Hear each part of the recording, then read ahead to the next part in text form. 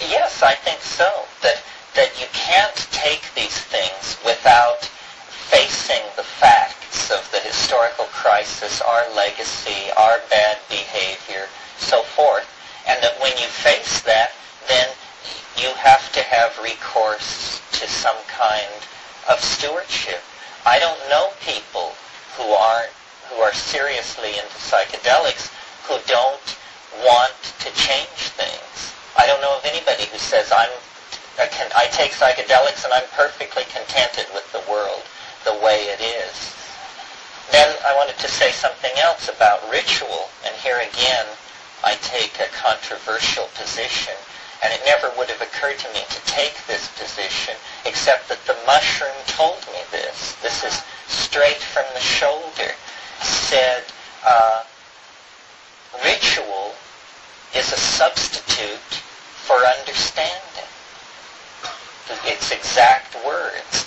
And I said, I don't get it. Said, if you understand, you have no need of ritual. Ritual is like a mnemonic device for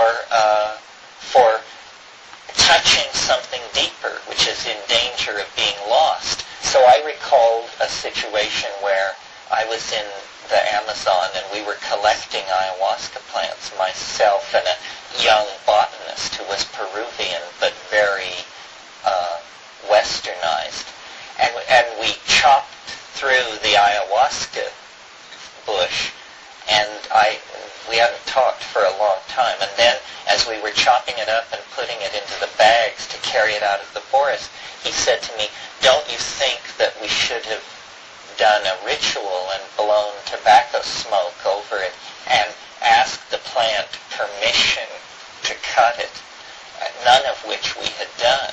But as we had cut the plant, this had all been going through my mind, and I felt that the moment was so intense that ritual would have been a trivializing of it. And so then I realized that what ritual is for is to ignite attention. That's all. And you must have attention. And Ralph was very good to bring up intentionality, which is a state of attention to what you're doing. And when you incinerate a bud of cannabis or cut an ayahuasca plant or gather mushrooms, it's not necessary to perform a ritual, but it's an abomination to have an empty head at that moment. I mean, you must feel what you're doing. You must be aware that a gift is coming to you, that a life is being sacrificed so that you can deepen your experience. So I don't know if this goes to your question. Ultimately, the give-take question, I think, can be dissolved in that it really is an in-out question. What do I take? What do I give? The planet is a gene swarm, and there is only one destiny for life on this planet. It is the destiny of all of it. And when we take these plants, we are synergized to higher states of intellectual activity.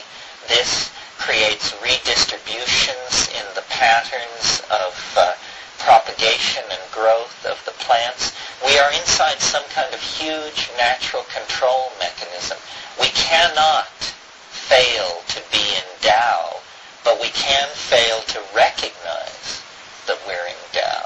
And so it's always a task of bringing back attention and reclaiming a feeling of authenticity in the moment. I guess I would